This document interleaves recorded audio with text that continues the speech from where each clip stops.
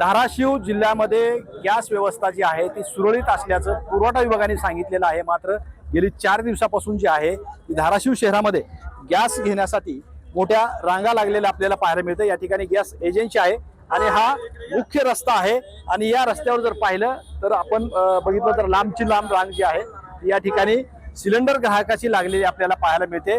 जवळजवळ 38च्या आसपास टेम्परेचर असल्यानं जे ग्राहक आहेत हे सिलेंडर रस्त्यावरती ठेवून सावलीला थांबलेले आपल्याला पाहायला मिळतंय। एकंदरीतच गेली 4 दिवसापासून हीच परिस्थिती धाराशिवमध्ये पाहायला मिळते। मात्र जिल्हा प्रशासन जी आहे जिल्हा प्रशासन सुरळीत गॅस पुरवठा असल्याचं आपल्याला सांगतंय। आपल्याबरोबर आता काही ग्राहक सुद्धा आहेत, कधी थांबले? मी सकाळी 8 वाजल्यापासून थांबलोय। गुरुवारी बुकिंग केलेली आहे, 12 तारखेला बुकिंग झाली, दुपारी 2 वाजता या म्हटले होते ते।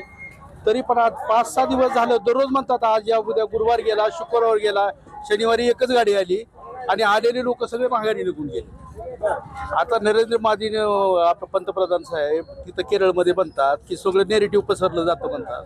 प्रत्येक मेट्रोपॉलिटन सिटी घ्या किंवा सगळे छोटे छोटे शहर घ्या, बघा कमीत कमी आता इथं 500 ते 550 लोक आहेत। सगळे महिला म्हणतात, एवढ्या लाडक्या बहिणी म्हणतात, एवढं कवटाळून घेतात। या लोकांना बघा आज किती लाडक्या बहिणी परेशान आहेत तिथं। आज बघा वृद्ध सगळे ज्येष्ठ नागरिक आहेत तिथं, ते लोक परेशान आहेत, लहान लेकरं आहेत, हातावर सगळे काम घेणारे लोक आहेत। आज दररोज मजुरी करून खाणारे लोक आज लाईन मध्ये थांबल्यात। सकाळपासून थांबलोय, चुलीत थांबले, आंदोलन केले। महत्वाचं म्हणजे रमजानचा महिना सुरू आहे आणि काही मुस्लिम बांधव सुद्धा आहेत। तुम्ही कधीपासून थांबले? उपवास आहे का? उपास आहे, कधी येतं काय माहित आहे। सकाळी 7:30ला आलो।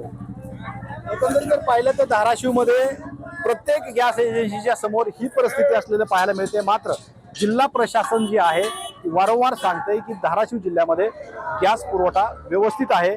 तरी पण सकाळी 7 पासून शहरामध्ये ग्राहक जे आहेत ती गर्दी करताना पाहायला मिळत आहे। श्रीराम क्षीरसागर, TV9 मराठी, धाराशिव।